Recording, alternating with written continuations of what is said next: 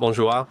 Dans cette vidéo, je vais vous montrer comment utiliser Gemini Live sur votre Samsung Galaxy Z Flip 7.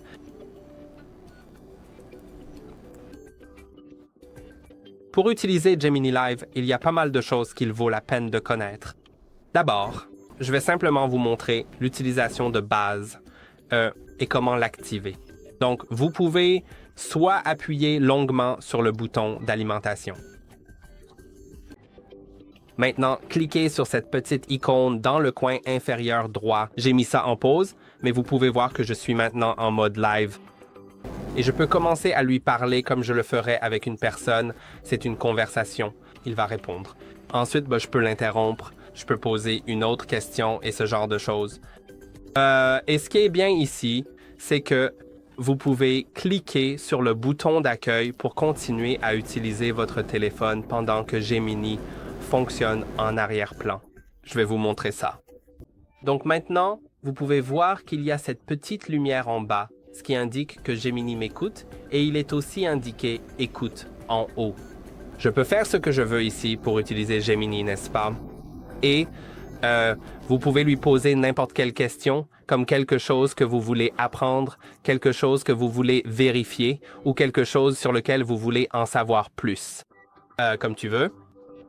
Maintenant, je vais le fermer et je vais vous montrer d'autres choses que vous pouvez faire avec Gemini Live. En appuyant longuement sur le bouton d'alimentation, vous pouvez cliquer sur le... OK, je suis en direct maintenant. Si vous cliquez sur ce petit bouton, il vous permettra de cliquer et de partager l'écran. Maintenant, Gemini voit mon écran et je pourrais lui demander, par exemple, ce qu'il y a sur mon fond d'écran. Et il me dirait que c'est un fond d'écran des Beatles. Donc, c'est plutôt génial. Et maintenant, il y a aussi une autre chose juste ici qui consiste à appuyer et maintenir. Ensuite, si vous allez sur Gemini Live, alors vous verrez ce bouton juste ici.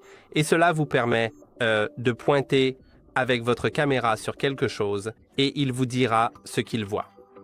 Je vais donc réessayer, mais je vais juste arrêter de parler un instant.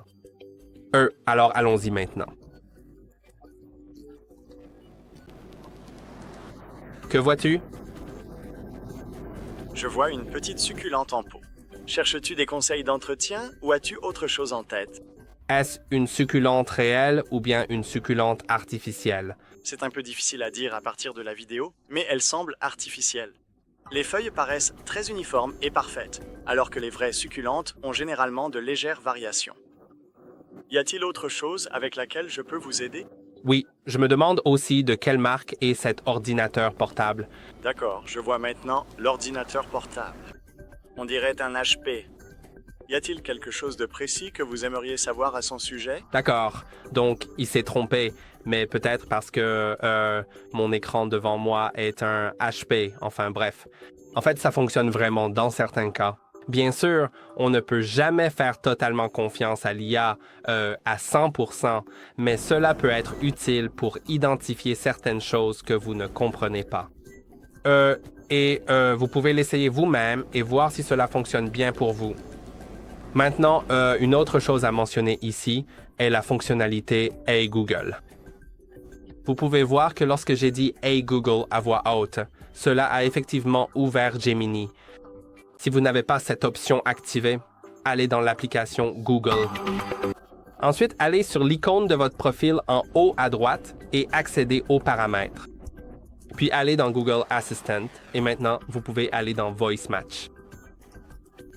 Assurez-vous maintenant que Hey Google est activé. Je vais vous montrer comment l'activer car il faut dire 4 phrases à voix haute pour configurer Voice Match.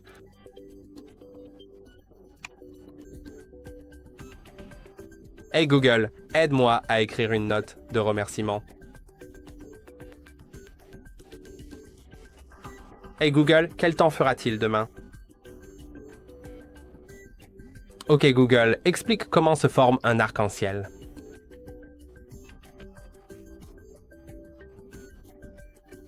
OK Google, règle 1 minuteur pour 5 minutes.